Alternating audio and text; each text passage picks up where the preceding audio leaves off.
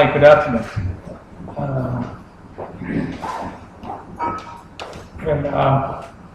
Our discussion is Macroeconomic, and I'm just trying to give you a glimpse of. We have about nearly 45 minutes, almost. Maybe we'll try to have some discussion time as well. Are there any people who've done economics before? In some form? No. Okay. The subject matter economics is something normally is not very well received because of the fact that either we are not been taught well, or we find that it's a little different. But the fact of the matter is, we are all practitioners. We are all practicing economists. We are basically wanting to maximize our wealth and also have better life standard. Now, our focus will be on the area called macroeconomics. Now, let's not get into very theoretical or conceptual terminology. We'll try to be as simple as possible. Now, one thing we're just listening to, as I was coming, I was listening to BBC News. There's coronavirus that's going around. Now, this coronavirus is playing havoc in everywhere. People thought it was just in China, but now it is very much everywhere. In fact, it's a matter of time. Won't be surprised if somebody in the White House is getting coronavirus. They got that close to the White House as well. So it will be extremely damaging. So as a result of that, there are a lot of economic. The health side is one aspect, but there are a lot of economics that are taking place. Now, of course, fortunately, Sri Lanka is so far looking good, at least from the virus point of view. But we are not going to be looking good from economics point of view. We're going to get seriously affected. Even if the coronavirus recovers within the next several weeks or several months, the impact of the coronavirus is going to hit us very badly. Now, but then I could take you back to a country. After China was badly hit, but China managed certain things in a very draconian way, which nobody else could do. When people laughed at China when they did lockdown people, now everybody else is looking at the same solution. Now, the latest is Italy. Now, I was listening to Italy's story. Now, as a result of coronavirus, it's going to affect people very seriously. So much so, they are wanting $11 billion just to adjust these changes that are taking place as a result of coronavirus. It's not to treat people or anything, it's simply to take care of people whose livelihoods have been affected. So, thinking aloud, we are not that far away as far as the impact of the economic impact of the coronavirus is concerned. We don't get tourists coming in, and most probably our people will not be moving more around, and we might have a situation of not having raw materials in the production sites, and that could affect our garments back. And the garments, on the other hand, which is the largest manufacturer or earnings sector in Sri Lanka, which is drawing about $7 billion. And on the market side, that might have a knock-on effect on us. So one does not really know how the economics is going to play out in this whole discussion. So that brings us to the very important fact. Economics is very close to us. It's very much there. we go on assuming things are all in a particular predictable order, and so we don't need much of economics. But those who are playing in very high risk areas like financial markets, stock markets, they are very much at the very essence of economics. And those who are in the policy making, not to the extent as the financial markets, are also required to understand economics. Not so long ago, last year, the last government lost its mandate because of economics, because they didn't manage economics right.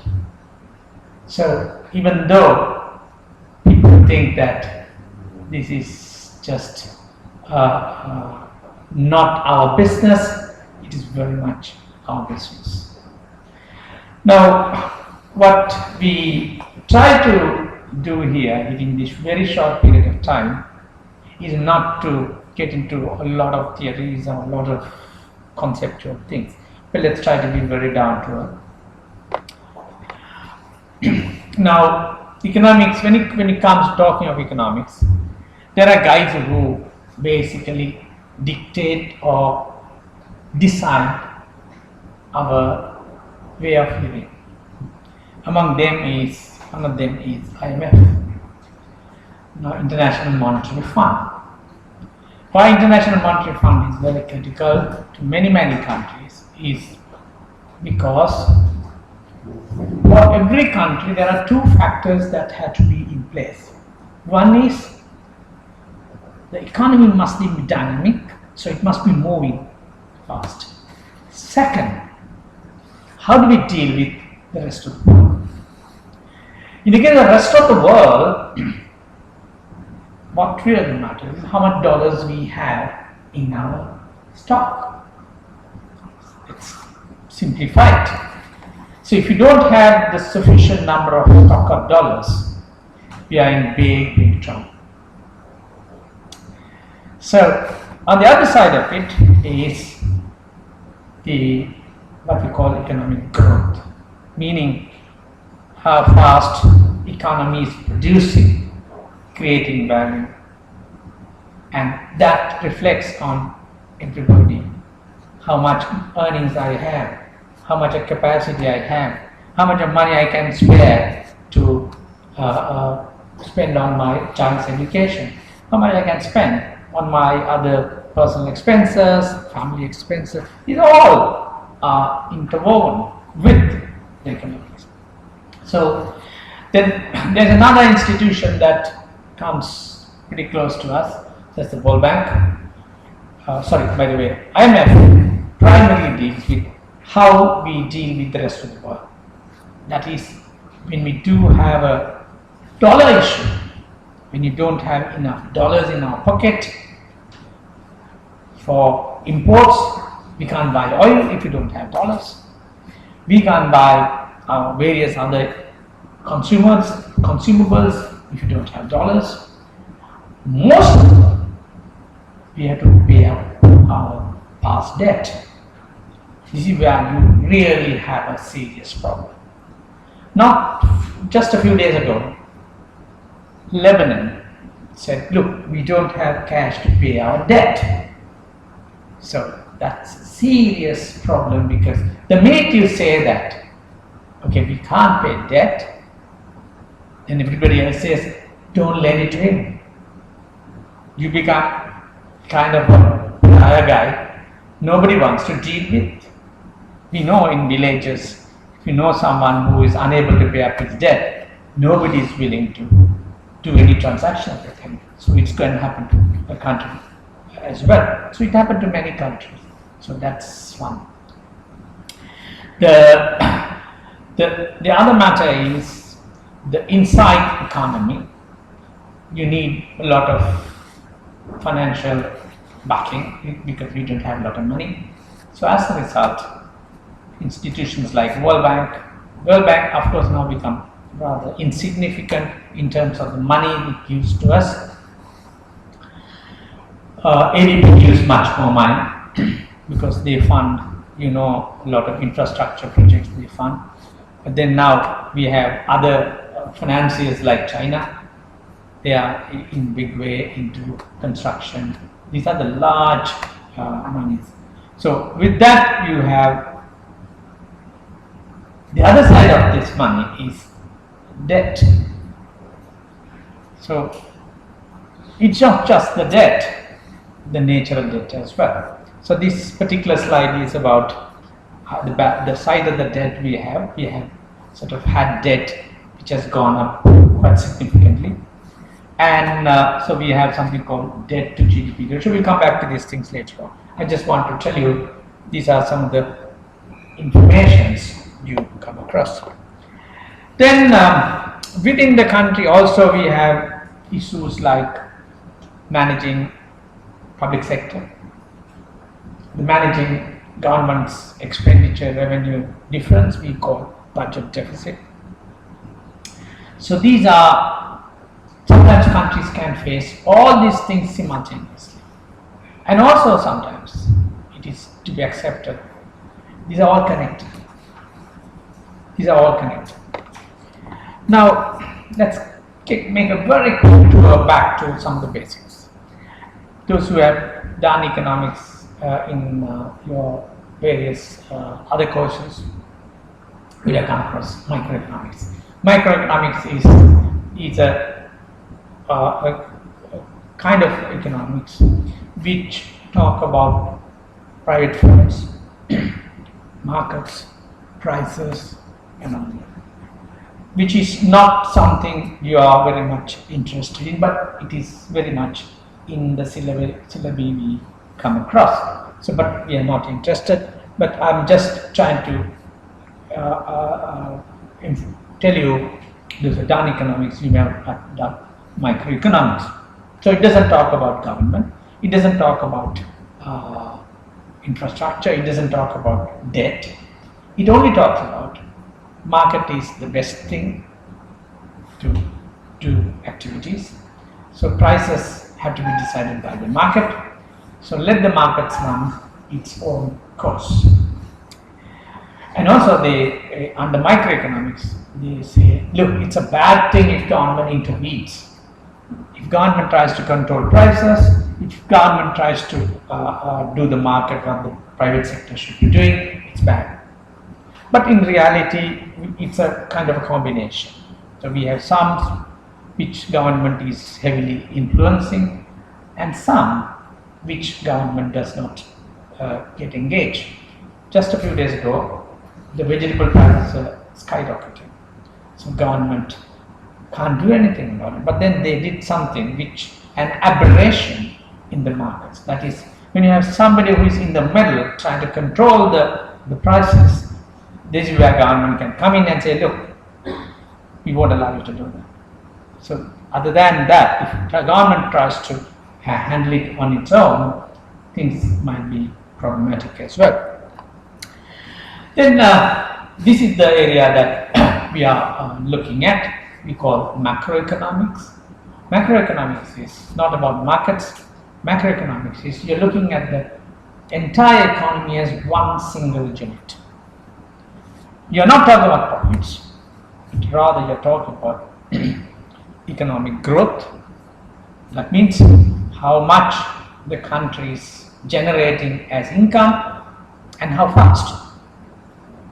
During the last government time, the economic growth plummeted. It started declining. It went below 3%. So that's macroeconomics. And also you have inflation. That's another macroeconomic indicator. Remember we were talking about microeconomics prices. Macroeconomics, not prices, but the price levels. Now this is rather weird in a sense if you try to understand, but anyway we'll come back to it. Then unemployment, this is another major area in macroeconomics. Then you have exports. Well, further down the road, you will look at things like income gaps. If rich are getting richer, poor are getting poorer, then what we call inequality. This is precisely the debate in the US at the moment. You remember, you know the guy called Bernie Sanders. His basic premise is, look, there is so much of inequality in this country. We are the richest in the world, but we have one of the highest inequalities in the world. We have people who are homeless. We have more than 30 million people who are not getting Medicare.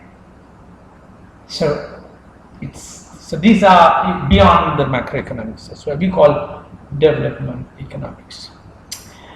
Then coming to the macroeconomics, there's another complication we have very quickly, is that the amount of money in the system. Now, money is a very complicated thing, although we find it is something we are so close to and easily using. Because money without goods doesn't make sense. If you have $1 billion and you are stuck on the moon surface, what can you do with $1 billion? Nothing, totally nothing. If you are stuck in a place where your money does not have anything you can buy, so money has no meaning. So the money is something which had to be coupled with the amount of real goods you have. So how is becoming a problem? If I don't have money, what do? I take a printer quietly, run some prints of 5,000 rupees and pay up my debt. Imagine everybody is doing that. Then the system is going to collapse. Everybody has money, but no goods to sort of transact. So therefore, it's not allowed to for anyone to print money. There's only one who can do that: the government. The governments are not the best trustees in the world. It was found that when the government was allowed to print money, they were printing like hell, and they were simply spending money as they like. And in democratic system, you spend money and leave the problems to the next guy, right? So because of that, printing of money is not allowed but to the government. It's given to the central bank, which is supposed to be an independent organization. So what it happens is they still have billions of rupees in their basement, but that is not money. It becomes money only if it is issued to the government. Until it is issued to the government, it's not becoming money. So central bank does not allow money to come in free, but governments get central banks to spend a lot of money. Now, when that happens, we call creating money. Printing money, the same famous word. Printing money is central bank giving money, cash money, to the government. Of course, it doesn't happen just like that. You give the money and forget about it. What happens is central bank lends to the government. Central bank lending to the government is new money coming into the system. So therefore, money printing is when government borrows money from the central bank. Okay. Now people say this is very bad.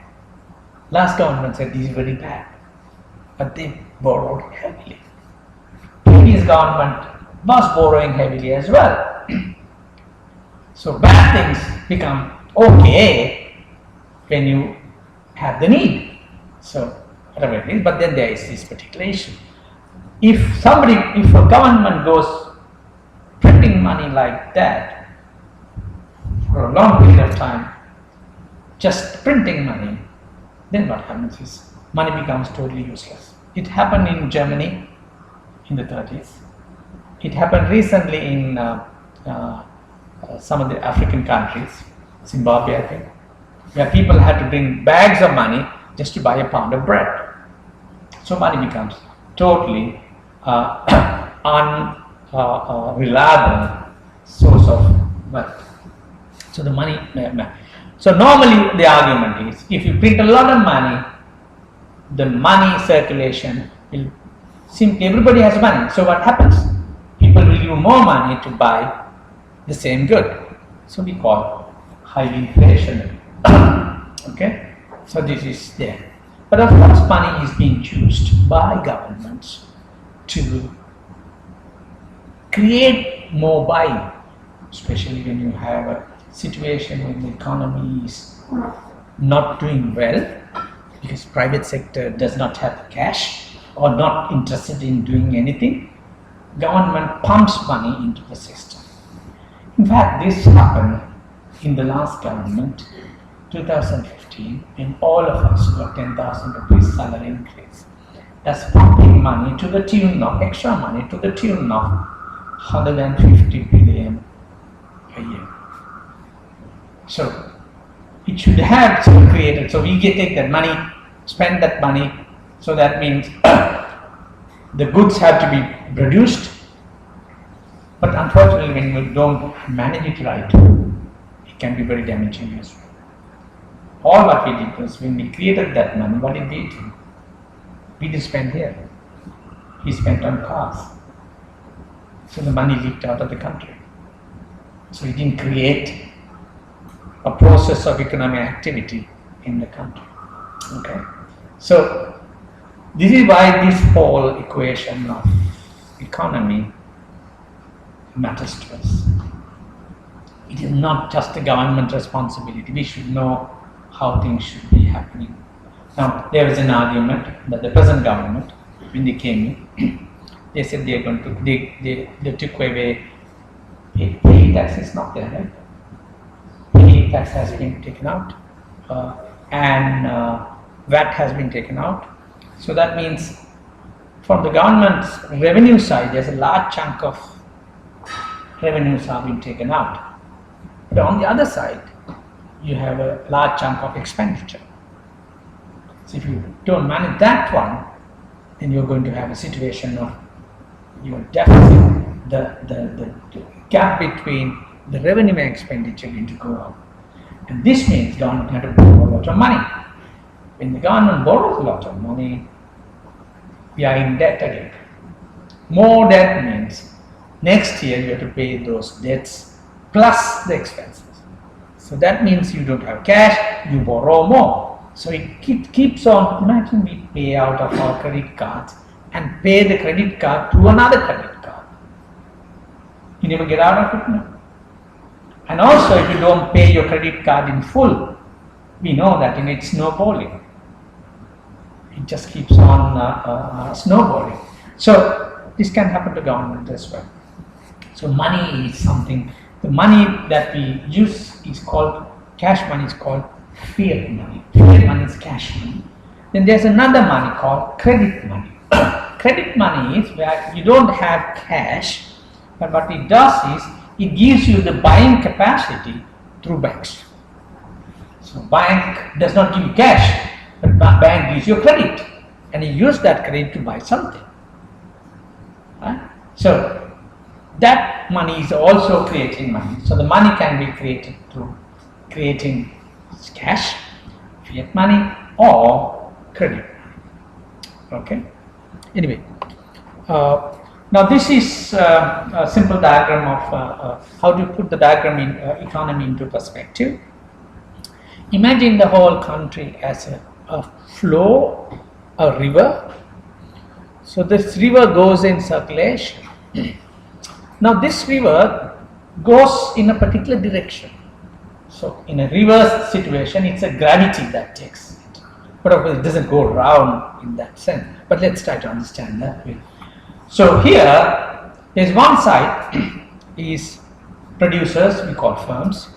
The other side, people, we call households. So they are the two biggest players in this whole river. So what do producers do? They make goods and services. They make goods and services. So they make goods and services, they put the goods and services into the flow, so the flow goes. Then also, as a result, people earn a lot of money because we all work for good firms. When I say firms, anybody producing. So we get income as well. So the income flow in one way, goods flow in another way, it goes. Let's take the income flow. When the income flow goes, then what happens is If government taxes that flow, what happened to the river? It slows down. If the government has a heavy tax on the economy, it slows down. But on the other hand, if the government put cash back into the system, it enhances. Now, if you look at Mahinda Rajapaksa's regime, one thing they did is, they were getting a lot of cash from China. They were injecting that cash into the system. So that cash created a lot of construction, and that cash created, so they were giving subsidies to farmers. There's a lot of cash injection taking place, and that injection basically kept the flow in shape, in some shape. The last government, on the other hand, they made blunders in the process, and they created so-called, I told you, 150 billion extra expenditure. They had paid this up. So what did they do? They started taxing people. It's not the UNP's normal strategy. It should not have been the strategy, because UNP is supposed to be an investor-friendly government, not taxing government. Socialist governments are normally taxing governments. But they had no choice. They had to. So as a result, the economy was getting slowed down. So the taxes are higher. The taxes, it slows down. But then, what do the government do with the taxes? If the government spends that money back into the system through various construction activities, then the economy keeps moving again. So taxing is bad, but if the money comes back, pumped back into the system in some way, it basically keeps the economy going. That is why when the war was on, we were having economic growth of 5%. How? Because there's a hell of a lot of expenditure. Government discharges to people, soldiers, there are thousands of soldiers, and various other consumption things which are coming back into the system. And it's a kind of a bit of an illusion, because it's not something we are really looking good, but the economy is looking generally okay. Suppose you're putting back into the system. But if that money left the country for some reason, then we are in trouble. Okay. So the third, so normally when people say that money is pushed back into the system as investments, if the investments are not forthcoming, then the money gets stuck in the savings. So again, our flow gets slowed down. Then the last thing is, in this flow, there's another channel. That channel is we sell to the outsiders. We call exports. Now, exports bring money into the system. But then we import as well. Imports take the money out. For some reason, if your policies are driving more imports, less exports, then again you are in trouble. Okay? So basically the argument is, there is a flow. That flow has government. If the government does not handle its taxation money well, then there is a problem of the whole flow is getting slowed down. If there are more imports, less exports, that means money is leaking out from the system. So that means the macroeconomic flow or river gets slower and slower and slower. Okay. So this is why macroeconomy has importance in two ways. One is we want to understand what's going on. Second, we want to be engaged with the policymakers to say that, look, what you are doing is wrong. What is required is something else. So if the people are educated enough to understand these things, we make a difference, in our opinion, putting pressure on them. So this is another simple diagram which says when you come to macroeconomic, normally government is in the center, because government controls a lot of things in the macroeconomy. And then what do they want to do? They want to create economic growth, meaning we still don't know what the hell is economic growth. Let's quickly run into it. Inflation control, balance of payment means how much of dollars we have in our stock, and level of employment. Then this particular diagram is to say that the global system is an integrated system. Now, if something happens in the US because of coronavirus, that means it's going to hit us because much of our exports are going to US. So people might not use the same amount of clothing that they used to. They don't go to shops. They don't choose. So basically, we will get harmed. Because of China brings millions of tourists to this country. The coronavirus has literally brought Chinese tourists. So this particular diagram is about how things get really connect. We are much connected to one another. I'm sorry, I don't know, it's something all of a sudden explodes. Now, okay. So I said macroeconomy is the broad thing we have, and so we just try to understand the components of the macroeconomy. We have on the one side government, production, people, and the rest of the world. What this diagram is, even if you are doing quite good, you are properly managing things. The fact of the matter is, not every day is a good day. There is a period where you are good, then you will also have a situation where things are not so good. It's, for example, sometimes we economies are doing well, so everybody is looking very positive. But then we don't realize we go overboard. When we go overboard, economies have too much of capacity, too much of firms, too many people on the jobs, too many salary increases, and you become incompetitive. Then what happens is, one by one, some people have to close down. So this is what we call business cycles, because we can't coordinate with millions of people as to what they do. This happens in many economic activities. It's a cyclical pattern. So when an economy is expanding, we call it boom. When the economy is contracting, we call it bust. And when the economy is at a very low level for a long period of time, we have a recession. When the economies are on an upswing, we find economic growth is very high. When the economies are down, we call it, where countries are having slow economic growth. Take Japan. Japan had a very high economic growth. Since 1990s, Japan is on the other side. Everything is falling. They just don't know how to turn it around. So the cycle is a long, painful fall. They were trying their best to sort of turn it around, but there are other issues as well. China was doing extremely well for a period of time, some last 25 or 30 years.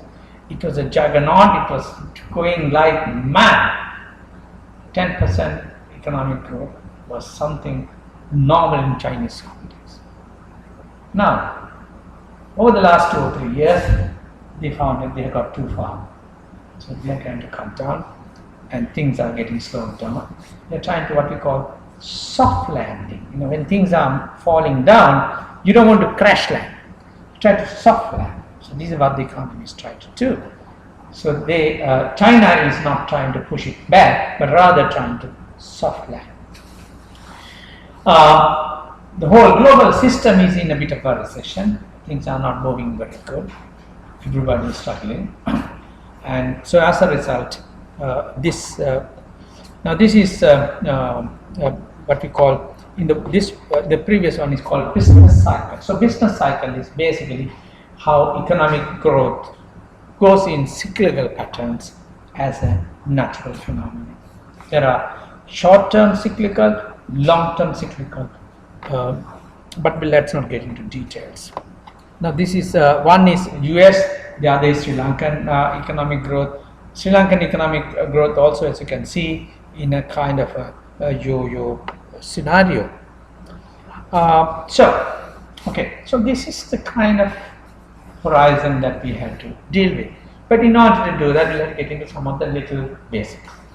Now, what I am trying to do from this particular slide onwards is to say, okay, what are my toolkit? What is my toolkit if I am to talk of economy? So if you want to be sort of looking good, you have a toolkit. You have to have a complexion, you have to have a haircut. There are different indicators which we focus ourselves on. For an economy, what are those indicators that tell us economy is looking good or bad or okay? So there are a number of factors. Now, what I have listed here are those main factors or areas that will reflect how an economy is doing. One is production. Production can be everything. Now, you guys are in civil engineering mainly, or all sorts of engineering, right? So, civil engineering in particular is in construction, right? So, I think Sri Lanka has a lot of civil engineers. Am I right? Yeah. So, it's construction.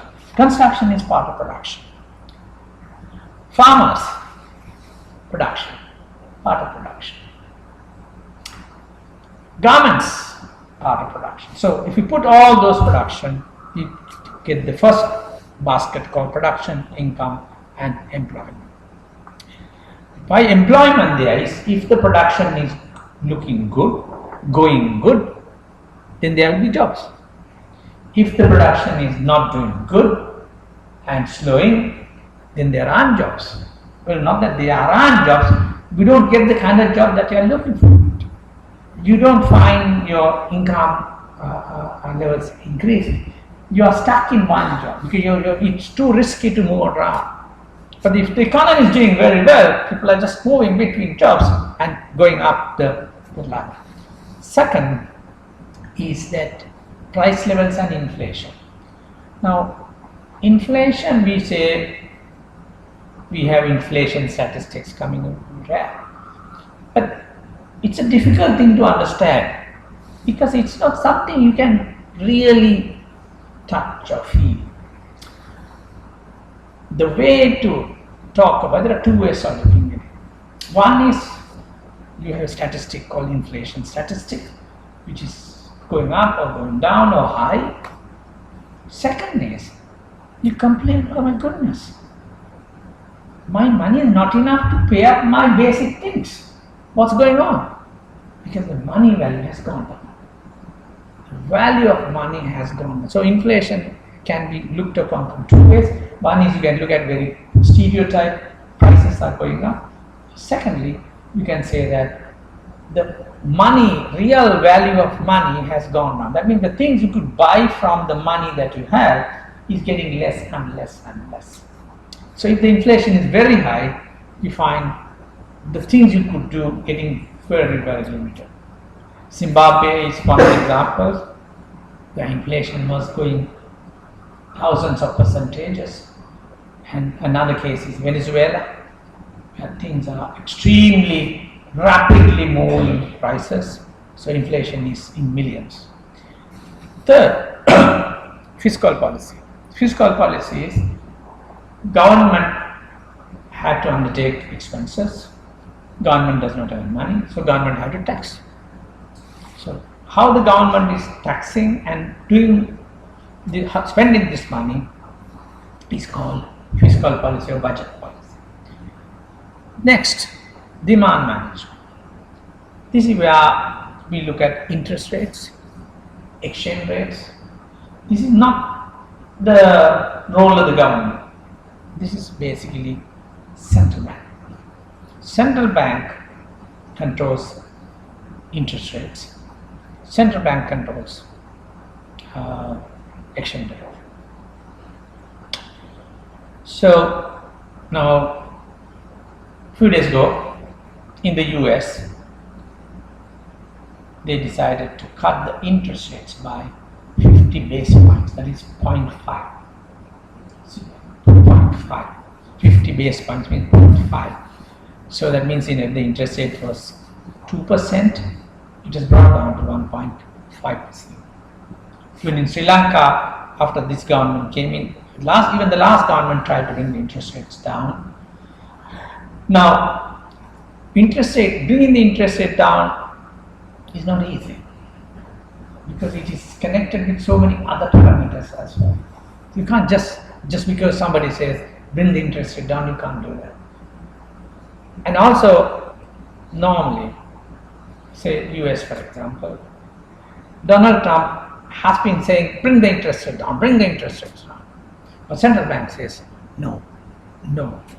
But then, a few days ago, in a very unprecedented manner, they brought the interest rates down. So there can be some kind of political pressure, but basically the central banks are independent because they look at things in an entirely different. They have to look at the banks, they have to look at the investors, they have to look at the what you call inflation and all that. Then trade and industry. Trade and industry is not what we do in the domestic, not where Gedre and Gamang industry, not where the trade is Gedre and Gamang or Keels.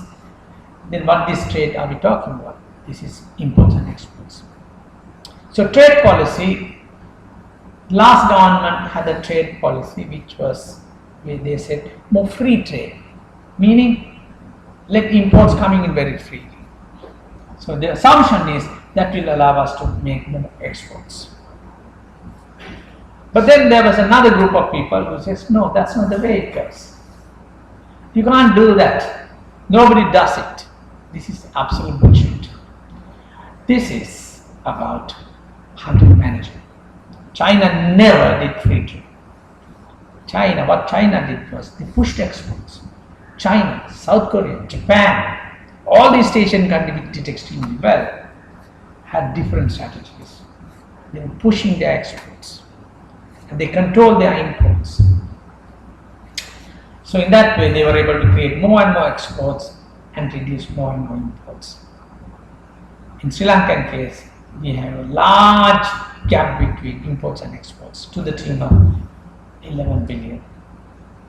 This has been on for some time. The only time we had better trade balance was when Suddhas were here. That was in the 40s. Then you might ask me, Suddhas time was the best time here? No, not really. It's a different issue. Let's come back to it if you do have time. Then the balance of payments is another area, which is about how much of dollars we have, how much of payments we have to make to the rest of the world, and how much of loans we get. So in the foreign account, two sides. One is buying and selling, second borrowing and repaying. So those are two things. One is called current account, the other is called capital account. We'll come to that. Then the last is international wealth and liabilities. This is the debt situation in the country, reserve situation in the country. Okay. Now, these are the things we normally look at. Rate of economic growth. This is one of the most important. And you see a term called GDP. GDP is called gross domestic product. Gross domestic product. Now, what I am doing here adds to the gross domestic product. What you are doing here does not add to the gross domestic product because you are not creating anything. I am teaching. So teaching is part of the value addition. But what you are doing at your office, adding to the GDP. Okay? Anyway, so GDP is the basic measure, but what really matters is, okay, how much this GDP is expanding. If the GDP is expanding slowly, we call it slow economic growth. If the GDP is expanding rapidly, we call it fast economic growth. What do we want? Fast economic growth. The present government says we want to bring back economic growth to the tune of 7-8%. That's the rational thing to do. And a country like us can't do it. It's totally irresponsible to say that other countries could do that because we have so much of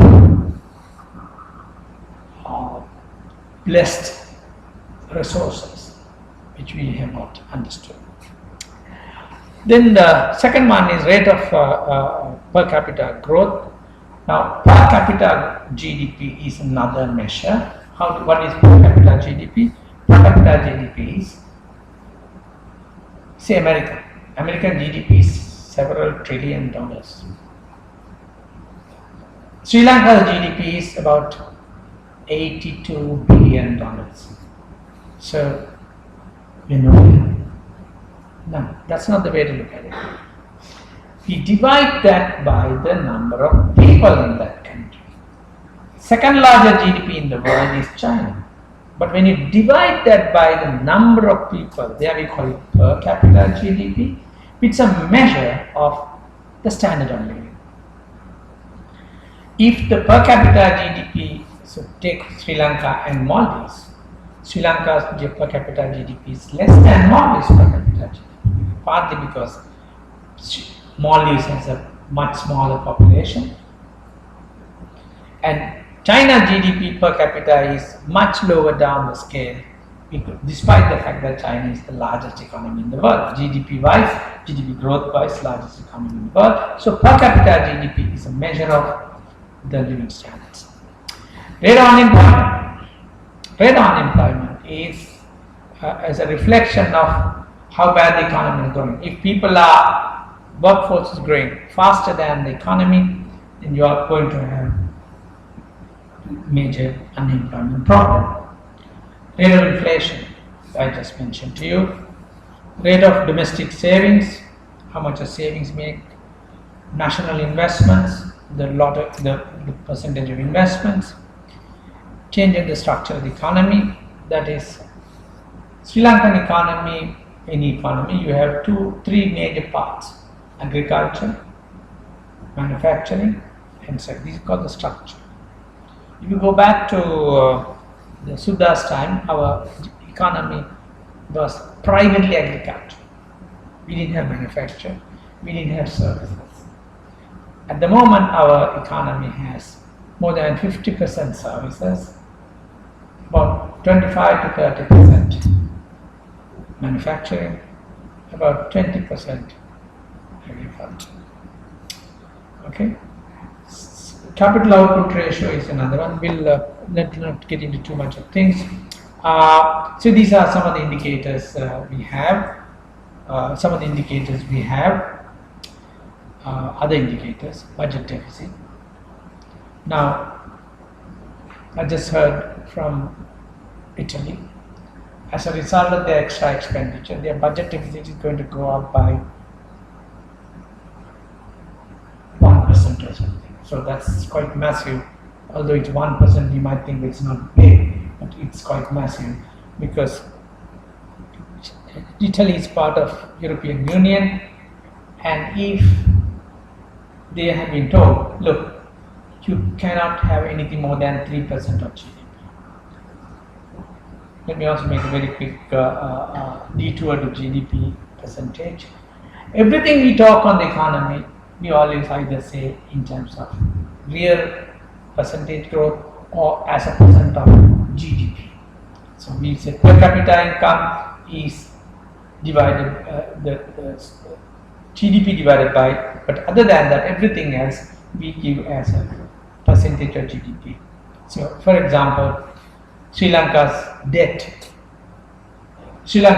is more than it's about 60-70 billion, but when we talk of it, what we do is we divide that by GDP. So then we say, in terms of GDP, how big is your debt? Sometimes our debt is small compared to what Greece has, compared to what many other countries have. But what matters is per capita GDP debt as a percentage of GDP. Then you have another term down there called terms of trade. Now, terms of trade is another term we come across in economics, is that how much we pay, the prices we pay to imports versus the prices we get for exports. Now, one of the problems Sri Lanka had when we had tea was towards the latter part of tea period is that, 40s and 50s, our tea prices were declining. Everything we imported, the prices were going up. So our terms of trade was going against us. Normally the terms of trade is calculated by price of export divided by price of imports. Okay, price of exports divided by price of imports.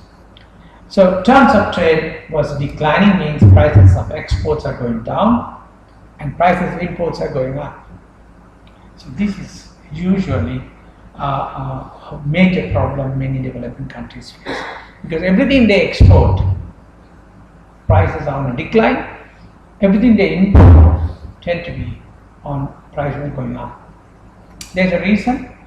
Most of the developing countries' exports are primary and low-end exports. Most of the imports we get are high-end imports. So as a result, those prices are normally going up. But that has been changing as well. Then the last one is called external reserves, meaning, at home, we always, we know that, okay, ladies know better than the gents. They always have something for emergency. Our parents, mothers had this emergency stock.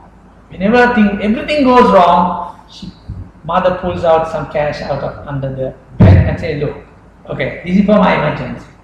Okay? So in Sri Lankan society, they say that whenever you try to cook, you take a certain amount of rice into another bowl, just to make sure that you have what we call reserves. That's not how country looks at. A country's reserve is called how much of extra dollars you have in your stock. Extra dollars you have. So external reserves is another major indicator of the health of the economy. Now, external reserves normally is compared with imports. So normally what we have is we divide the external reserves by how much of money we need to pay for monthly expense. So if you divide, what you have is how many months of imports you have. Okay. So external reserves are given as what we call imports cover. How many months of imports? Now, so what's the perspective value? If you have the imports cover to the tune of say 7 months, okay. Even it can be borrowed money. It can be some money had come from somewhere. It doesn't matter. You have that money in your stock. So normally, when that is there, those who are working with the country, doing business with the country, knows that this country doesn't go down the tube immediately. They can withstand for 7. So that means those guys have time to get out. On the other hand, if your imports cover falls to about 3 months, you are in serious danger. Because why? Then everybody looks and says, hey, look here, this country is about to collapse. The country will say, no, we have 3 months. But that 3 months can disappear like so quickly. Because the minute people see that it's about 3 months, they start taking their money out of the country. So that means whatever the dollars you have now is suddenly getting evaporated purely on the fact that people speculate negatively. So because of that, normally now countries try to have large stocks of reserves. But that can only be possible to have a continuous inflow of money as you have continuous outflow because of your payments, your imports and all that. So generally, now I remember I talked about IMF. This is where IMF gets into your system. If your imports cover falls to about 3 months, you can look at different fellows to support, but no one wants to support. There's only one guy, that's IMF. IMF was designed to support to what we call balance of payments support. So when the imports bill comes down to low level, you immediately run to the IMF and say, look here, we have a serious balance of payment problem. So IMF says, okay, we'll give you, but you have to behave. When we are prepared, cut all the expenses and then prepare. So getting IMF loans is sometimes very painful. This is one reason for last government's situation, because they have borrowed money from the IMF and they had to conform to the IMF requirements. IMF said, look, your budget is getting out of control, so therefore they had to keep the budget deficit in. But that affected people, that affected investments. From the IMF point of view, okay, IMF said, okay, they're doing good. I mean, they're managing their fiscal position very well. Leda is dying. So from the IMF point of view, so there are certain gaps in the way they look at and we look at. So IMF is not the most popular guy in many countries. People don't like IMF, but those who don't like, and very often you end up in the IMF wanting your last minute cash injections. Now then there are, this is the economy activity side, business side. Then there are other things. You want the economy to deliver to people. People must have longer life. People must be able to survive in their birth. So these are called social indicators. Now here, Sri Lanka has been very good. In fact, Sri Lanka is one of the outliers. So we are very poor in income, not very good in income. We have done extremely well, comparatively speaking, with other countries. So now, but then the last one, poverty head count. Now this is another measure of how much of poor people in the society. Poverty head count is, you say, okay, this is the survival income level. Remember some time ago Mr. Bandulugunawardana was talking about a certain amount of money is good enough to pay for your basic. So these are all sort of funny stories. But there is a standard value called cutoff point for income. If anybody falling below, he is counted as poor. So poverty head count is how many people have fallen below that net. So if the poverty head count is high, relatively speaking, that means there is poverty in that area. So if you look at Sri Lankan scenario, poverty is pretty prevalent in northeast, other pockets of Mandaragala and those areas, and also rural sectors, and also in the state sectors.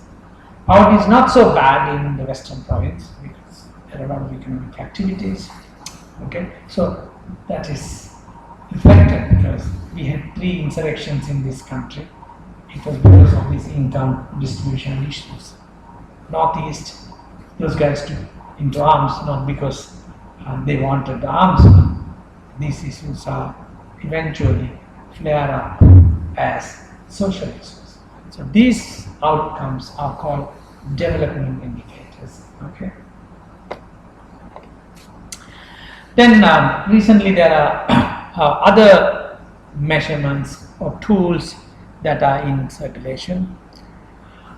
These are not so important, but for some it is very, very important. Elections, freedom of fairness of elections, and all that stuff, and level of corruption. Now people are coming to the point of accepting corruption is bad. It is very much there. Last government comes in anti-corruption drive, but end up being severely wounded on the same platform. When it comes to indicators,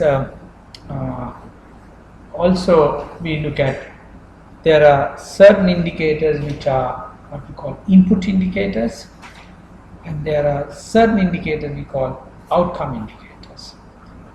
Now, what does this mean? This means that the policies are done in order to create these outcome indicators. So the outcome indicators are some are short term, say GDP is a short term one, life expectancy is a long term one. You can't enhance people's length of life in a matter of years. It requires quite a bit of time. So like that, unemployment is a short term indicator, because you have to, once the GDP get growing, you find the unemployment going down. And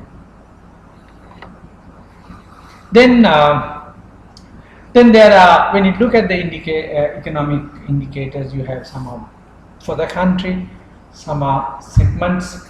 Now even for the country, you find the GDP for the country, but in that you find how is agriculture doing, how is manufacturing doing, how is services doing. So you have different subsectors in that. Now this is, I'm not going to spend time on that. Now I come to government policies. Government policies is what the government does in order to get the economy engine going. Let me just take you down to this particular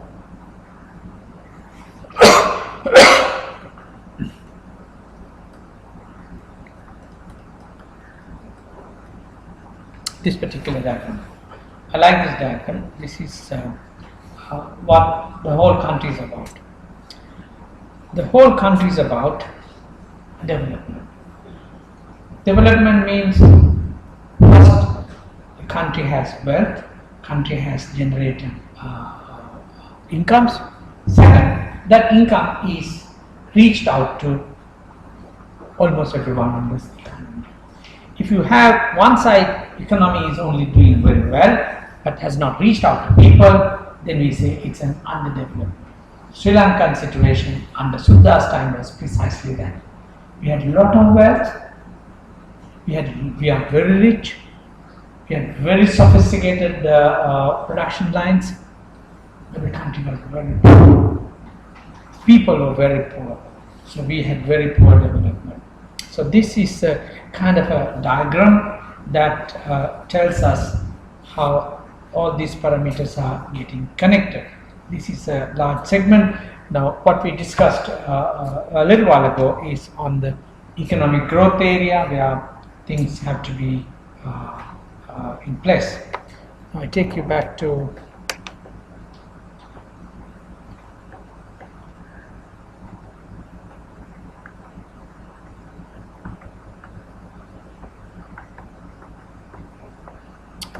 government policies. Now, anything that happens in the economy, the responsibility goes to the government. Why? If they are the ones who break it, or they are the ones who make it. If you don't get it right, you end up on the wrong side of the economy. Now, in that, there are a number of things the government influences our lives and the economy. One is called fiscal policy. Fiscal policy is, that is why we are so excited about the budgets. We are looking at the budgets because it's going to tell us exactly how much government is going to spend on what, and how much the government is going to earn and out of where. So fiscal policy basically is about taxation, government expenses, pensions, infrastructure. The word infrastructure here is called government investments. Why does government investment matter? If the government does invest significantly, it promotes economic growth, it promotes investments, it promotes people's living standards, but at the same time, it can go wrong as well. Why? If the government makes investments on the wrong capital, you end up with very serious problems. Now, some of the African countries, let's take an example. South Africa had the World Football Championship a few years ago. They invest heavily on that. That was a wrong investment. and as a result, now you have a large investment, you don't know what to do with it. It doesn't produce. Same thing happened to Greece. I remember Greece was sort of getting into serious problems some years ago. What was the trigger? The trigger was they made a massive investments for Olympics. So it was a big thing for prestige. But at the end of the day, you pay for it. Even during Mahinda regime's time, there were certain expenses which were absolutely massive and burdensome. So unless with these investments pay up the returns, the investments per se can be a very big liability. Okay. I told you about monetary policy, which central bank does. Industrial policy. Industrial policy is take last government. Their industrial policy was basically leave it open to everyone to play level playing field. That means you don't make a very distinctive support to the local private sector, local investors. You basically says, okay, if the imports are coming, compete with them, and if you can survive, you're good. So that's another economic theory that prevails. That's what US has been talking about until recently. Then came Donald Trump. He said, look, what we have done was done it wrong. This letting everybody else to sort of play openly, freely with us did not help us. That's why he came into power as well. Because there were a lot of people who lost investments. There were a lot of people who lost jobs. There were a lot of townships that had got wiped out because of free trade agreements. So industrial policy he changed to say promote local investments. He told everyone, look, if you want to be in good books with us, bring your investments back to our country. They looked at Chinese and said, look, you guys are robbing our jobs, therefore we are not allowing you to get your imports to come in here. So industrial. The present government is trying to have an industrial policy where they are trying to promote local entrepreneurs. Mr. R. Das's term, his industrial policy was export-related government-based industrial policy, primarily. So he is the one who really pushed governments as the drive for economic growth and development. So industrial policy is basically how do you push the economy to what sectors. Trade policies are basically how do you deal with them at the customs. Now, trade policies have in the previous regime, they were more favorable to imports. They were looking forward to have so many free trade agreements. Singapore Free Trade Agreement, India Free Trade Agreement, China Free Trade Agreement. They were all pursuing those things. But on the other hand, many countries have adopted not free trade, either promoting exports or supporting import substitution. Import substitution, so there are two trade policies you can think of very famously. One is called export promotion, that means government is supporting exports heavily. Examples, South Korea, Malaysia, China. They were supporting exports heavily. It's called export promotion industrial policy. Then there is another industrial policy which we adopted in China and many countries adopted in the 60s and 70s called import substitution.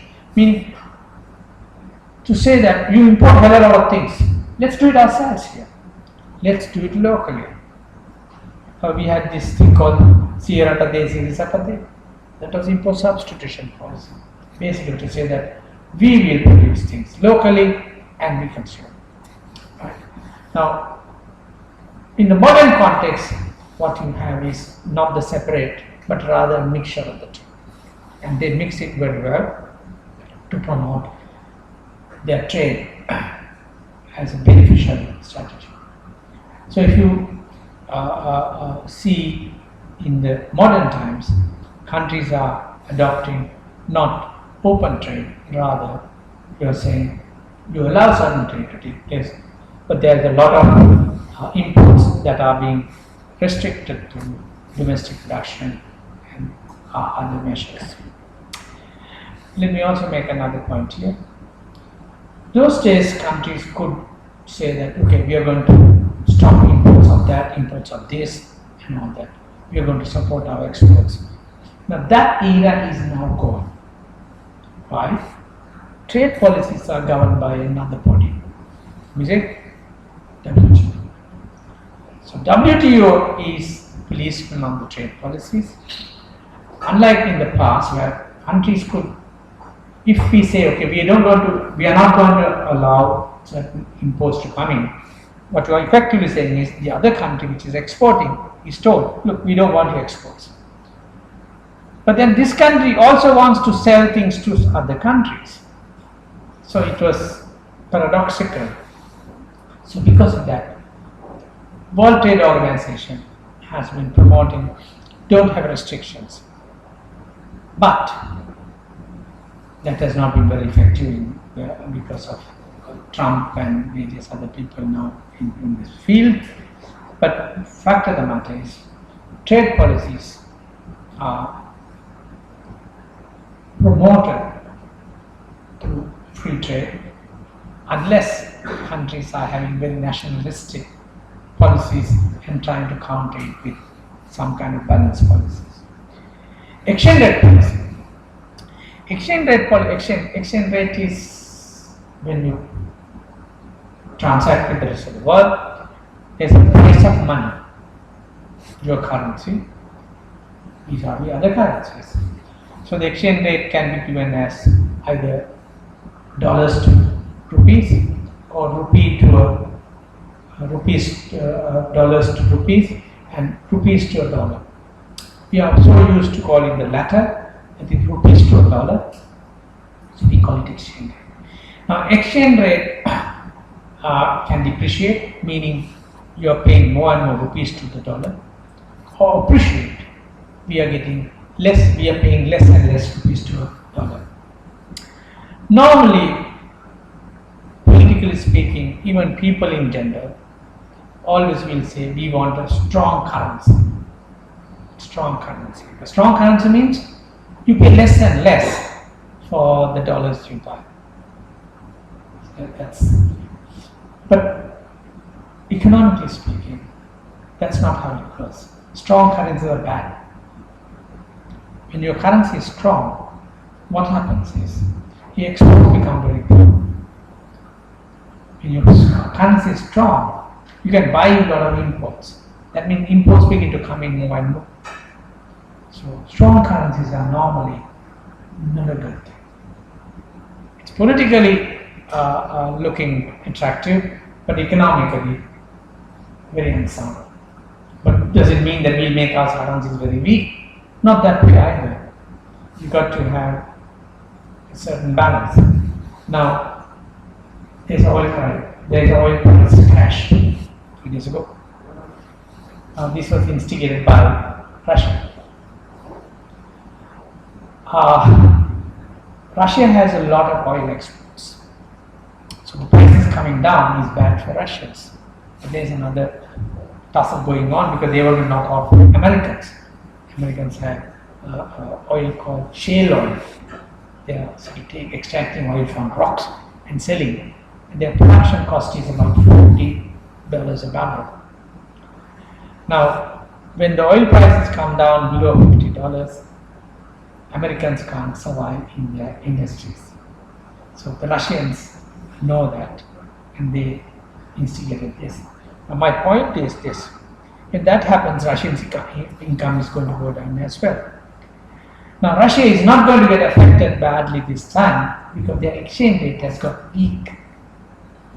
When the exchange rate is weak, you can export more. You can really take a shock. If your exchange is getting stronger for some reason, then you can't take the shock. But exchange rate is a bit of a complicated thing. Let me also make one little point about exchange rate. If we get $1 billion tomorrow, what will happen to the exchange? Rupee becomes stronger because we have more dollars in the system. So rupees to a dollar goes down. So that means politicians go to the parliament and say, look, we have made our currency stronger. And the exporters will say, you're killing us. Why? Take a shirt in rupees 1,000. Let's take for convenience dollars to rupee. Sorry, rupees to a dollar is 100. So your shirt is how much? $10. Okay. You don't sell the shirt in rupees. You sell the shirt in dollars. $10. Okay. Now, if you let the currency to say 200, now shirt is dollars is rupees to a dollar is 200. So that means your shirt is 100. You have $5. So you can basically sell the shirt for $5. Hey, how can it be good? Then you can sell more shirts. You can knock off Bangladesh. So if the exchange rate appreciates, it's good for exports. Okay? But then why don't you let that happen? But then there's another side. We import a lot of things. Now every gallon of gasoline we import is now going to go up by 100%. So that means there are other. So it's a double-edged thing, exchange rate. So you have to manage it well to make sure that it doesn't hit you hard. At the same time, it will not go overboard. Another important thing is, I remember in the 2013 or something, with exchange rate, Sri Lankan exchange rate appreciated because we got some dollars coming into the country and appreciated. I remember when we went to the supermarket, we found a lot of toothbrushes coming from Indonesia. Now, it is intriguing to see how come toothbrushes become competitive with the local toothbrushes, because when the rupee went up in prices, imports become very cheap. So Sri Lankan toothbrush manufacturers find it extremely difficult to compete with. So remember, when the exchange rate appreciates, it's bad for exports, it's bad for local producers. When the exchange rate depreciates, it's good for exports, good for local producers. Why? Because then they can make more profits. But it is bad for consumers. Why?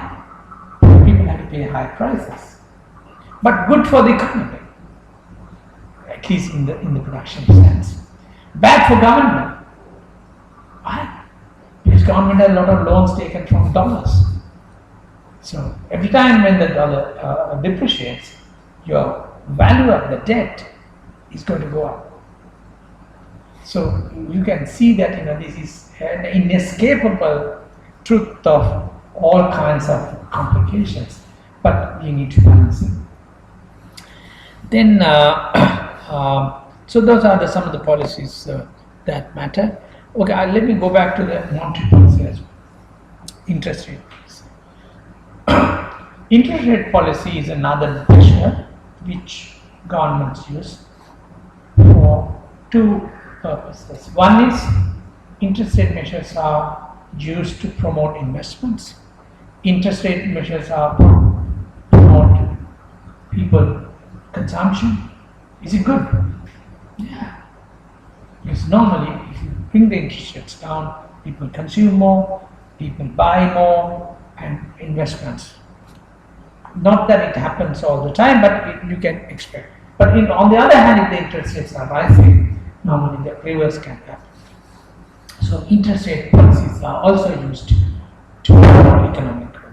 So if you want to promote economic growth, normally what you do is you try to reduce the interest rates, not increase interest rates. But on the other hand, there are instances where interest rates are raised. Why? Interest rates are raised when you find too much of activity taking place in the economy. What's wrong with it? People are buying heavily, private sector is making huge investments. What's wrong with it? Why? Because if it happens too fast, it makes a pressure on the resources. When there's pressure on the resources, what happens? Imagine you try to accelerate your car. You must have seen cars getting pulled down on the highway. Why? You're going to go too fast. Then what happens? Engine heats up. In an economy, heating up is called inflation. If you try to go too fast, also, it can be bad. Okay? So interest rates is another device to control these two. On the one side, if it is not doing well, you bring the interest rates down. That's what US has done these days. They know that economy is going to have a hard time, so they brought the interest rates down. But on the other hand, if US is seeing there's a pressure on the prices, then what do? Tell people, don't buy. Tell investors, stop investments.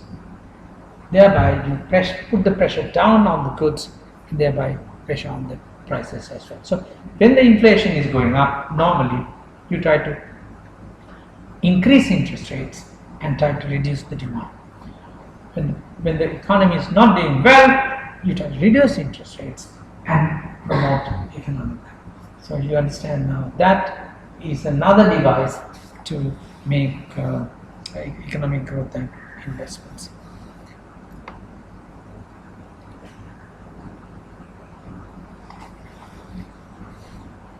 Now, very quickly I will go through a few other things as well. Now, these are some of the areas where fiscal policy or budgetary policy challenge. Now, the present government is now trying to have a budget. Why do they want a budget? Because they want to have a budget to plan the expenses. So, obviously, with the new government coming into power, they will have to have a budget passed, and once the budget passed, they will have to take care of social welfare. There are many things that you promise. Then you have debt servicing. There are debt that have taken place in the past and that have to be paid. If you don't pay, what happens? You become a bankrupt country. If you get into the situation of bankruptcy, you have a very, very bad situation for two reasons. You will find it difficult to borrow money. It will be very painful on the people.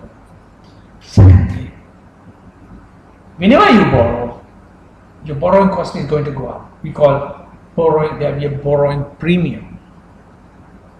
On the other hand, if your economy is looking good, you can sort of borrow at a more competitive prices. Okay? So this is happening in real life as well. If you are very good, you can go to the bank and get a loan for a reasonable interest rate. But if you have a bad situation, banks won't give you money. So where do you go to? You go to money lenders, and that will be very expensive. Countries also will go through the same thing. So one of the areas, major areas of fiscal policy is that government will have to, on the one side, political objectives, promises, free fertilizer subsidy, free that, free this. Then schools around the country. These all requires a lot of money. Highways. So these things have to be balanced. Unless these things are there, private sector will be reluctant to go. Imagine if you didn't have the highway. Just imagine the situation if the highway wasn't there, that would have been a major hurdle on the economy. In fact, we should have had the highways 25, 30 years back. A lot more than Mahavali. Actually, Mahavali could not create that kind of growth momentum. It was expected to be a big investment, but it didn't create enough production. The only thing Mahavali did was we had the hydropower reservoirs, which was import substitution. At least our energy But now that is also under threat, because on the one side is underperforming, second we have a climate problem, and so therefore reservoirs are most of the time empty.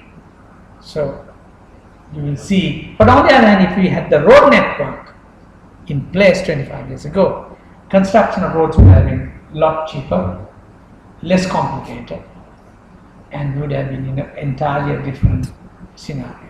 So these are different policies. But I'm not criticizing the Mahavali, but Mahavali had different political situations, and a lot of funding came in because of Mahavali, and they're all free funds. So nevertheless, the investments, where it goes, matters. Then the second situation is, let me also make one little point here. Fiscal policy will decide budget.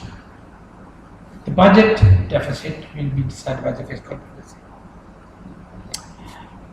I think I basically dealt with this one. One of the problems Sri Lanka has is we have a serious gap between imports and exports to the tune of 11 billion. Now, 11 billion gap, you would have survived if not for Sunila, Mahesh, Sarat went to Middle East and started sending money. How much are they sending? They're sending 7.5 billion. So we have a gap of 11 billion. Out of that, 7.5 billion is funded by them.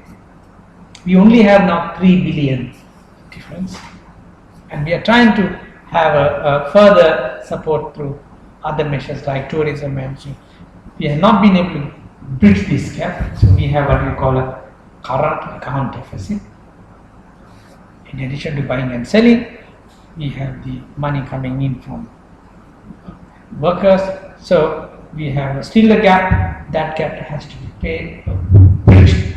So that is why we are getting borrowed, or money is borrowing. Second problem Sri Lanka has is, this is the perennial problem we have from the time of Suddasya. During Suddas we had huge exports. We were doing very well. But we have a fundamental problem, because our export base is so narrow. Anything happens to the base, we collapse.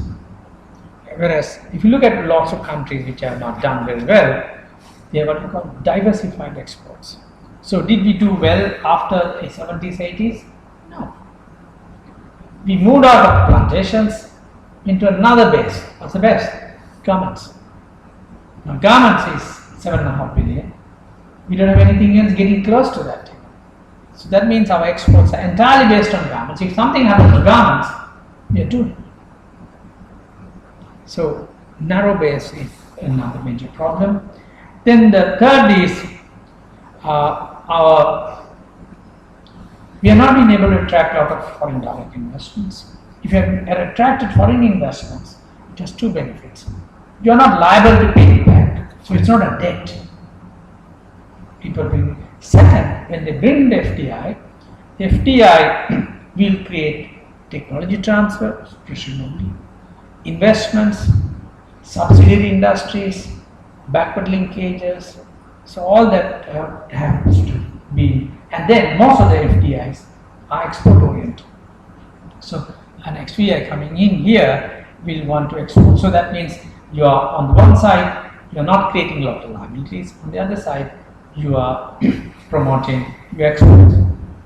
Having said that, not many countries are very keen on a lot of FDIs, because the reason is these FDIs sometimes can be negative on economies. Very often FDIs, there are FDIs which come in, which extract local resources, and they take the money out without leaving sufficient money in the country. So they do all kinds of underpricing, overpricing, and thereby take the money out. So the only benefit perhaps sometimes jobs, few jobs created. So these FDIs can have these negative consequences, especially a country like Sri Lanka might have that challenge. But China did it differently. What China did was every time when anybody comes, they got their people to work with FDI. So what happened at the end? Chinese company got a lot of know-how from the FDI, and they were able to create their own investments thereafter.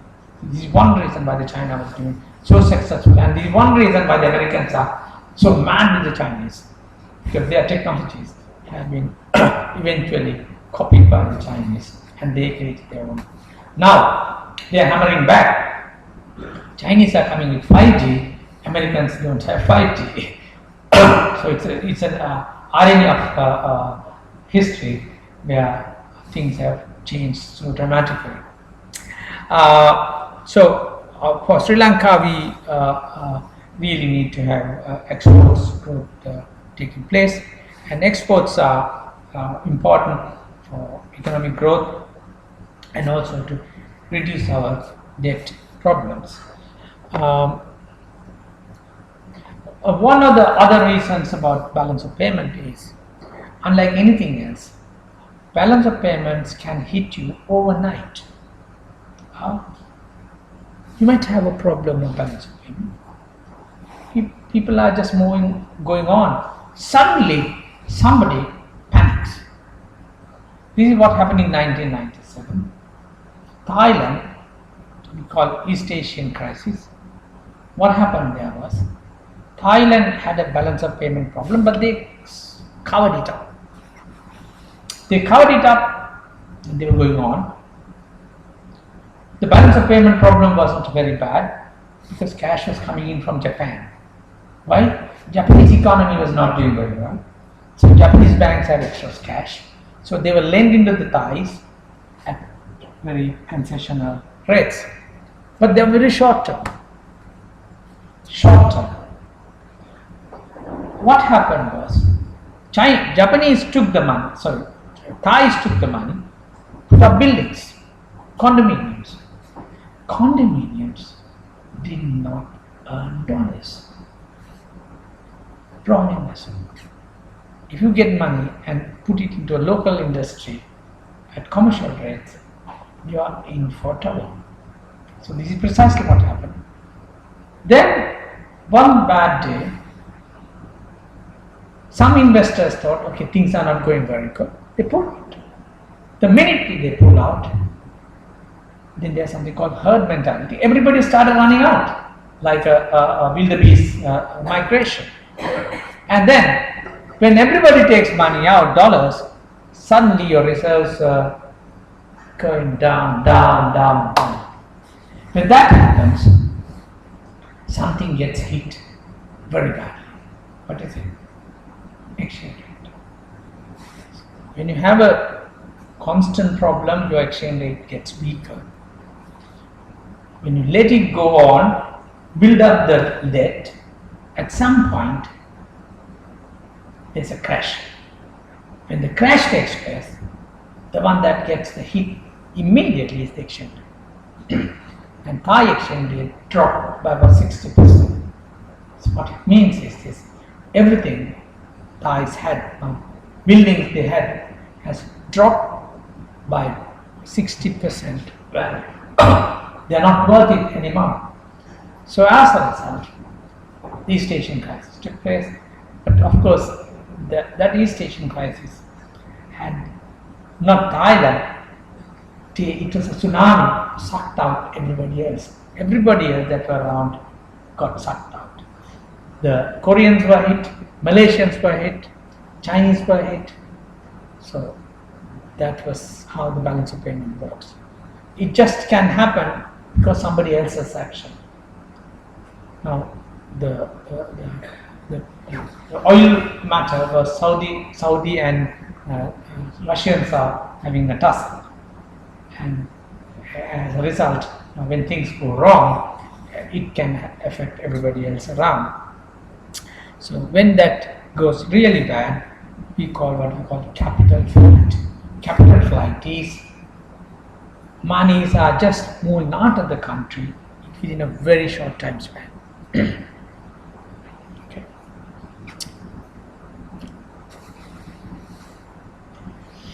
Now, Now this particular slide is how these are getting interconnected. I'm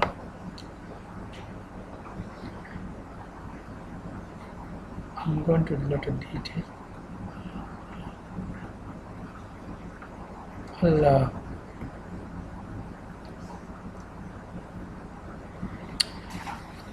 Now these are very quick things. One is when the government borrows, when the government has a deficit, the debt goes up. That's one. Second, when the government prints money, it creates inflation and it depreciates the currency. For example, if the government is funding the expenses through money borrowed from the central bank, it can have two things. One is it affects the inflation, and secondly, it brings the currency under tremendous pressure. Third, if they borrow locally, cost of finance go up. Now this is something happened during the last government when they started borrowing heavily in the market.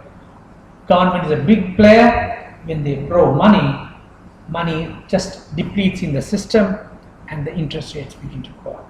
When the interest rates go up, it's bad for economic growth and it affects investment and it affects economic growth and jobs creation. And when it gets too large and causes much inefficiency and overhead. So when the inflation also is another thing, it has to have a certain amount. So our cars have to have a certain amount of temperature, but when it overheats, it's a problem because it seizes the engine. So same way, economies have to manage their inflation. So when they manage their inflation, they are going okay. But normally, if it is now in the Sri Lankan context, we can't tolerate inflation anything over 5%, 6%. They need to get. In US, 5%, 6% is you're going to basically lose your election completely. It's insanity. Whereas Sri Lanka, not so long ago, 15 years ago, we had inflation 15%, 16% as a norm. You got used to it. But now, not anymore. Now the inflation has to be 3%, 4%, anything over 4%, 5%, we cry foul. There's inflation. So then whatever government does also has a BOP problem. How? Now this present government came into power. They tried to curtail their revenues. Then they had to curtail the expenses as well. They increased some of the expenses, but they curtailed something very important. What they did was they said, okay, we're going to stop government purchase, extravagant government purchase for 3 years. I spoke to one of those kind of masterminds of fiscal policy. He said, government procurements, wasteless procurements, up to about 30% of expenditure. So 1/3 of government expenditure is just getting lost somewhere. And the problem is, so if you can reduce that, the present government said, okay, we are not going to buy cars, we are not going to buy that, we are not going to buy these things. So that's basically you're cutting the expenses in a sure way for 30% without affecting anything else. And most of these expenses are import. So you're going to have a benefit on the balance of payments as well. Okay, so so one reason is government is one of the heavy importers in the country. So every time government spends, it means there's a lot of money moving out of the country, and your debt on the one side and local debt on the other side.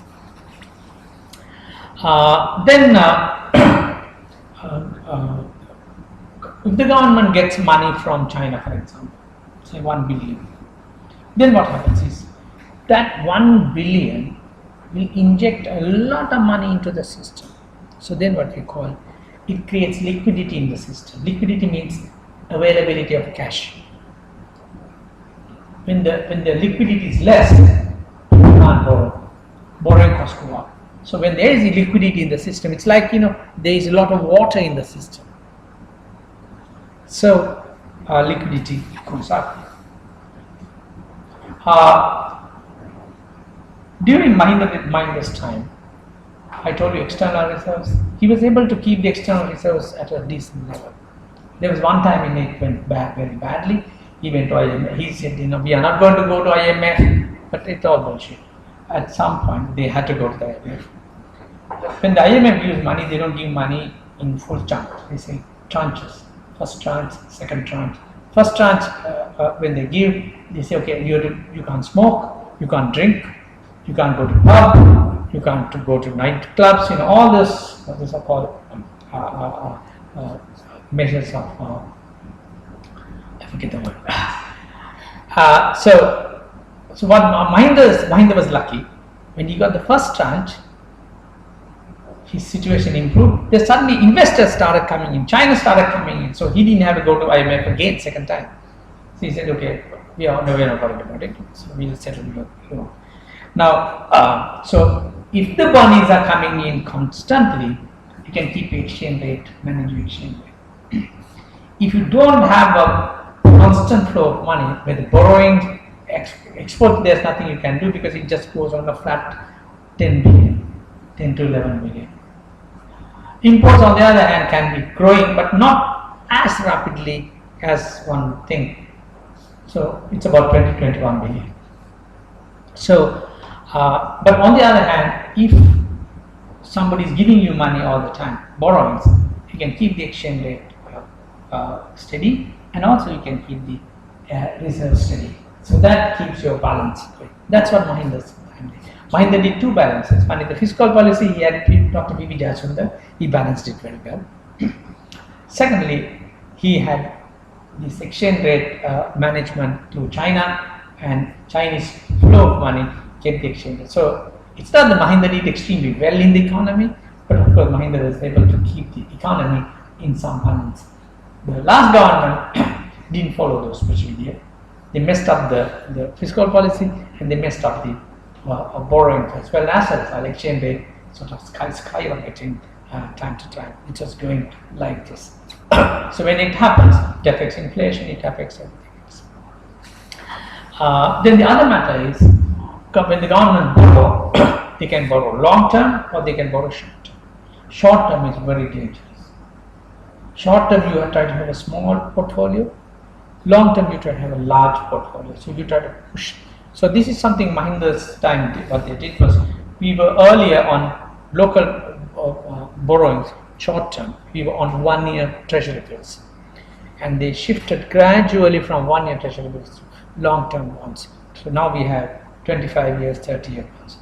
Unfortunately, it's the bond that brought in a lot of slack to the last government through the bond scam. So which is yet another situation.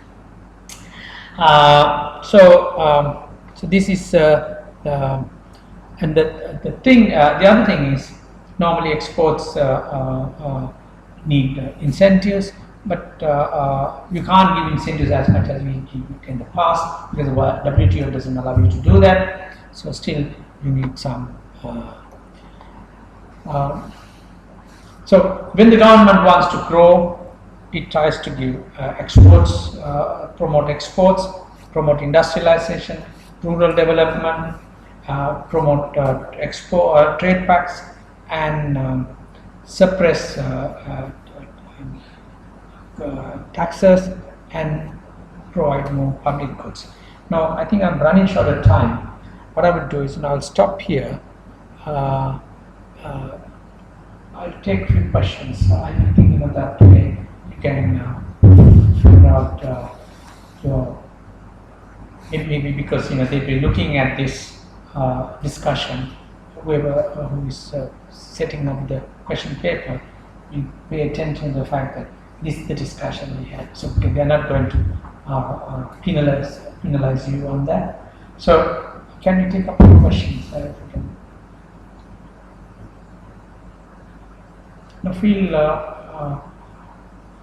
Don't feel restricted to think that okay, you have limited knowledge. We all have limited knowledge. What is necessary is I was trying to create some triggers. You try to connect with your own inquiry as to why this is happening. So throw in a few questions, please. What is your opinion on this pay tax, government direct tax cut-off? Right. Because what is the impact on that? Right. The pay tax is what happens is it has several implications. Pay tax is a certain portion of taxes which government gets without any trouble. It doesn't have to go behind people. Its money comes up front, more or less. Whereas corporate taxes and income taxes, you have to wait for a particular period and it has to realize, and on the income, on the profits, only you pay your taxes. Whereas this one is, so it's a fairly regular cash flow. So it was a question whether it is the prudent thing to have done to give away the pay taxes. But on the other hand, if you look at pay taxes reduces people's income capacities. It has affected income capacities quite significantly. Now, pay taxes are being paid by ordinary people most of the time. Fixed wage earners are paying pay taxes, private sector in particular. So, I have thinking this way. One is pay taxes has created private sector employment income generating capacities. By reducing pay taxes, you have created more attractiveness to private sector incomes. So that's from the people's point of view. Secondly, it will place people at a higher buying capacity. Higher buying capacity means it will enable people to sort of buy goods and services. In the growth equation, demand is one factor. It's the demand that drives people to buy things, and the buying things will drive suppliers to produce goods. So it's a driver. So because of that, the negative side is where do you get the cash to pay up that gap? Now, it's not very, very clear, but what I would think is if the economy does well, then it will compensate you from other sectors' profitabilities, and so basically the taxing focus will go to more profit earning sectors, but that will take time. So there is definitely a time gap which is to be taken care of. But then it's a reality in economics as well. You can't expect results in time. So if you want to have a medium-term economic growth prospects, you need to take some interesting measures so that people will come on board with it. And the other matter is that it will generate some kind of attractiveness of the private sector employment as well, with regard to increasing the income capacities of those people. Those are the measures as I see at the moment. But then there are counter arguments as well on certain hypothetical grounds to say that this can cause a major balancing problem. My final answer to this is, I'm sure this may have been instigated by people like some of the gurus of fiscal policy, Dr. P.B. Jasmine. He knows exactly what he was doing. So it just can't be hypothetical, something in the thin air decided. But most importantly, if it is just a tax reduction and there is no economic growth momentum taking place, then you are on the wrong side of the policy. So it's only time will tell you how much is it going to be beneficial. As I said, on the other side, when you have cut down the unnecessary government expenditures, that's going to give you some breathing space as well. Yeah. Yep. How about the impact on the last one? Say it again. I didn't quite get you. Last 21st instance affecting the tourism. Right. Okay. So you mean the bomb thing, right? This was a major calamity that Sri Lanka faced. Bad for the last government as well, very badly bad for the last government, because they were trying to boost some money into the system and trying to they have realized the mistake. They were having this gum portfolio or something. They were trying to inject some cash into the system and trying to push it. But then it was this particular incident really upset the whole apple cart. Tourism sector was very badly affected. So there was a gaping hole with regard to tourism incomes, and small time, medium producers, because a lot of tourism has a lot of employment, and this small time employment, so they were also getting affected as well. So as a result, it had a serious impact. And the coronavirus is another one that's had to be dealt with from the tourism point of view. So these crises take place, so the only thing main thing government should do is they should try to mitigate these things, avoid these things, and which should have been avoided very easily. And did you estimate anything about that incident? How much loss was? The loss, I don't think there's a specific estimation as to the true loss. That's a very extensive study, if at all, if someone undertakes. But it definitely affected economic growth. It slowed down economic growth very badly, and it slowed down the capacities. It created a bad image with regard to investment climate. So all that have happened. So if you want to look at what is the true cost of this, is you have to look at all these different direct ones, indirect ones, current ones, futuristic ones, all must be taken into account as well. I don't think there is any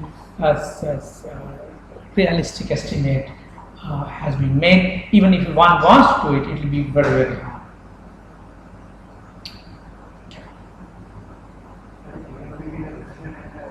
Say again. Difference between a recession and a depression, well, sometimes it is sort of interchangeably used. Both are bad situations. A recession is a situation where things are slowing down. Economy growth is, say, 5% last year, then 3%, 4%, 3%, 2%. So you're on a recession. The depression is it's a prolonged slow economic growth scenario or negative scenario. Now Japan is going through depression. Why? It is not only economic growth is not picking up and is getting into negative areas as well. So the economy is contracting. So depression is a long-term scenario. Recession is, as it happens, it can lead to a depression. When the GDP is calculated, do they calculate those domestic activities or domestic reserves? Say, for example, in village level, what of activities are being happened? Whether they calculate those things? Okay, that's a pretty relevant question as well. Now, GDP is a very complicated calculation. Now, my wife does the cooking at home, but it's an activity. It doesn't get into the GDP. So there are so many such activities which are not getting into the GDP. That's one major problem with the GDP. So the GDP is very often is underrepresenting and it is very highly underrepresenting if the economy is very village type, very basic, because people try to work things between themselves. When the economy gets sophisticated, then the GDP reflects most of the activities. Now we know that there was a time where we get our friend come and sort of color wash our houses. It doesn't get the GDP. Now friends are not available now. So when the economy gets sophisticated, everything is priced and the prices get into the GDP. However, even if the economies are doing very well, it doesn't get into the GDP when you have black economies, say Italy has a large black economy, so it's underrepresented. Even Sri Lanka has quite a bit of black economy because people just don't want to show the transactions. Now, famously, lawyers, what you pay to the lawyers never gets into, even you pay to consultants, doctors and consultants. Sometimes, there are instances where you have to pay. It's not billed. There was a time, but now, of course, things are. But it's going to be more and more difficult in time to come because the taxation system is going to track almost all the activities. So with that, the economic activities. Now, having said that, things like what is Hale is doing will always get into the economy, GDP. What some farmer in Monaragala doesn't get into the economy, GDP. But there's a way in which it's estimated. So in the GDP, there are certain figures which are a little fluid. Paddy production, for example.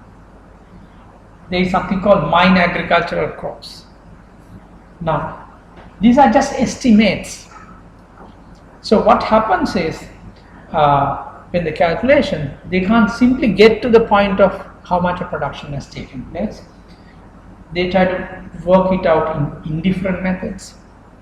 For example, if the fertilizer consumption goes up, then it will relate to the amount of paddy production as well. So there are methods now trying to overcome some of the difficulties of these calculations. But nevertheless, I quite agree with even the most sophisticated economies, there's a segment of economies that are not represented there. That portion in India, Sri Lanka, very high, no? The uncounted. I think India is even higher than Sri Lanka. Sri Lanka is now gradually sort of getting engaged and integrated because if you look at Sri Lankan scenario, which is fairly sophisticated, I think China is fairly connected now because Chinese transactions are all electronic. The more you get into electronic transactions, I had the privilege or the irony of being in China January. The advice I was given is, look, everything is cashless.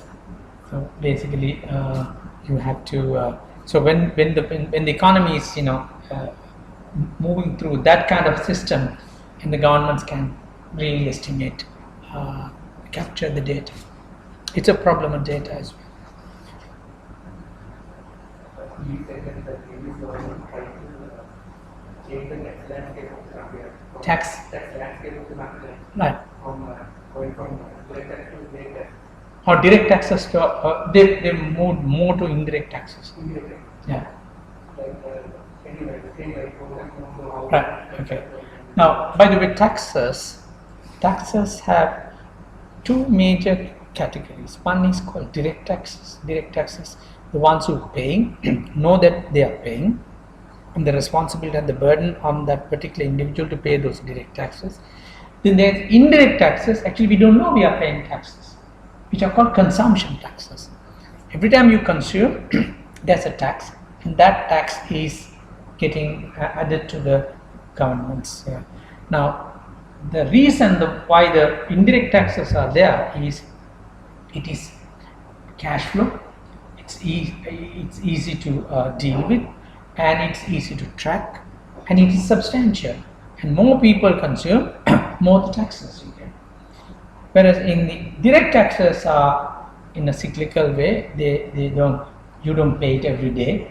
You pay it at a particular time horizons, and so the problem with indirect taxes is, if I buy a pound of bread, if the taxes are 10 rupees on the pound of bread, whether I earn 1 million rupees or whether I earn 100 rupees, we both pay the same taxes. So therefore, normally the argument is it's supposedly regressive taxes. Regressive taxes means that poor people pay more percentage than the rich people. So normally indirect taxes have the burden heavily on the poor and the middle class people than on the rich people. So governments normally try to move away from indirect taxes to direct taxes.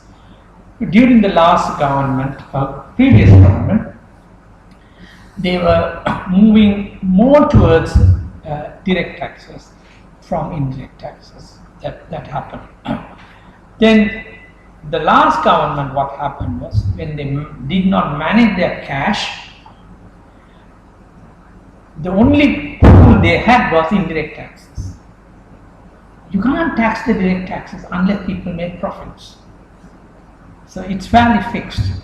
Indirect taxes, you can't go on tapping whenever you want.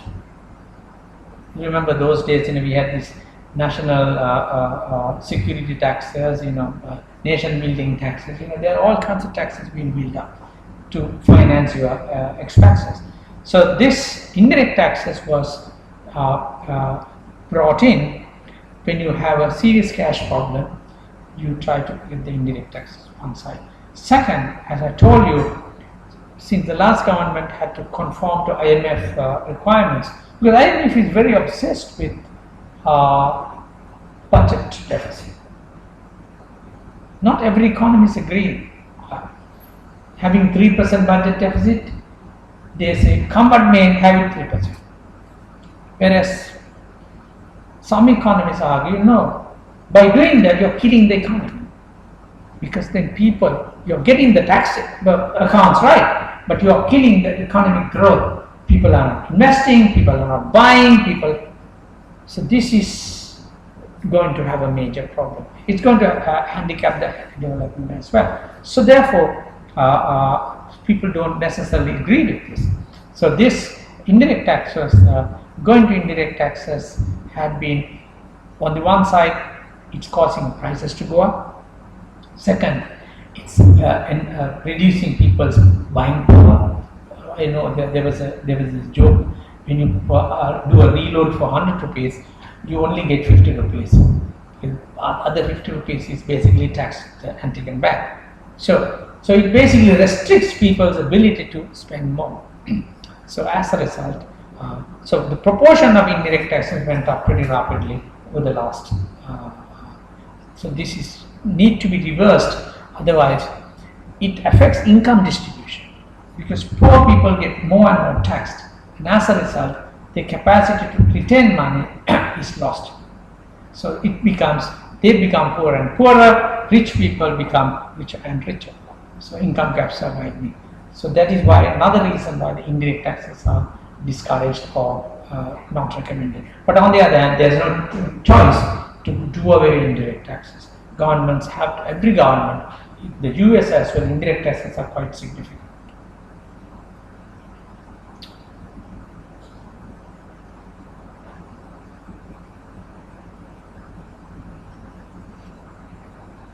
Are you done with questions? Let's take one more question from somebody. Go ahead. Don't feel that, look, I don't know much, therefore I can't ask a question. And most of the questions are our day-to-day life questions. Feel free. What is the inflation? Even developed economy says, what I heard is that inflation should be there. What is the inflation? Is actually, it's like this. Inflation nobody plans for. But it is there. I mean, if there is any activity, there is always heat, no? You can't avoid it. The problem is when it gets too hot. When it gets too hot, it's a problem. So let's see why this inflation is taking place. Inflation is where the prices are going down. When, as a result of Mahavali, we had heavy inflation. Why?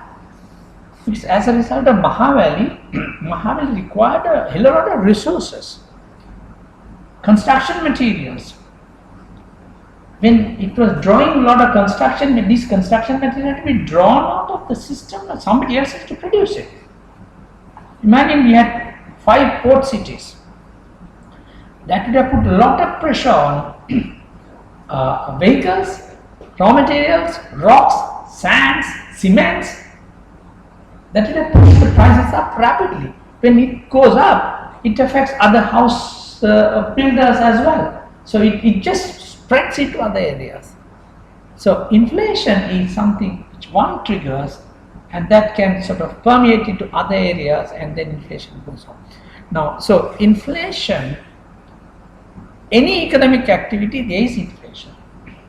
This is, if you try to control inflation 100%, you are doomed. You can't do that. Just like our car. On the other hand, when the economies are going too fast, inflation can come in. Why? Because you are demanding something which is not ready here. So then what happens? How do you reflect it? Prices begin to go up. If people are, imagine this government decides, okay, we are going to give you state mortgage loans for house building at 5%. Now everybody wants to put up a house. What happens? It's going to cause a lot of inflation. Why? Because it's going to put a lot of pressure on the domestic goods and services on to counter that. So normally that's one. Second is inflation can come in when the government starts paying through artificial cash. I told you central bank cash. So you're putting cash into the system. Now cash can accommodate only when goods are more.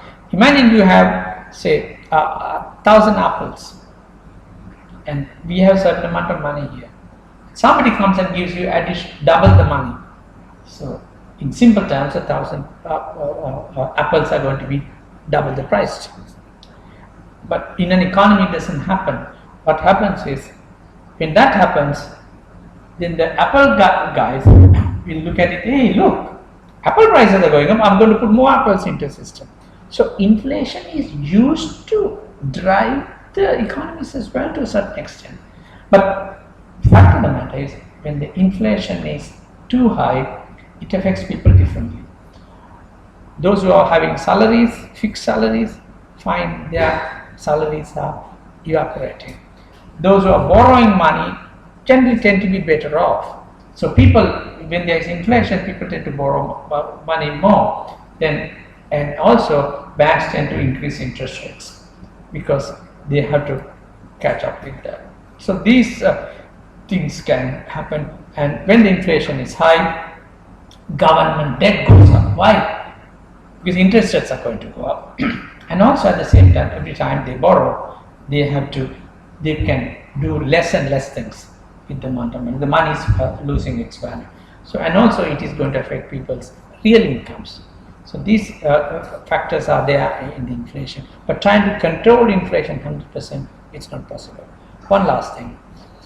Countries, when they have economies growing rapidly, central bank keeps an eye on the inflation. They know that if it is going too fast, inflation can come in. So before anything happens, so what they do is slow down. So in order to do that, what they do is they try to increase interest rates. When you increase interest rates, then what happens is borrowings get slowed down, consumption gets slowed down. So then once it settles down to some extent, then you try to sort of sort things out again. So inflation is an inevitable outcome, not a desired outcome, but it is there.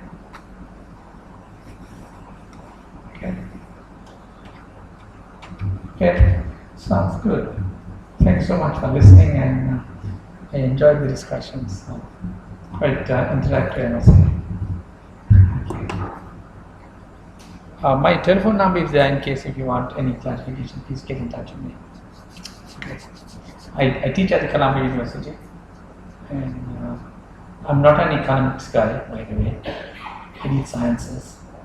I got into economics later on. I found it very fascinating. So I'm trying to have simple economics in a down-to-earth way with the simple people, so that we talk of it more often than we normally do. But it's a very, very something very close to us in many, many ways. Is that all? Okay. Good night. All the best in your program.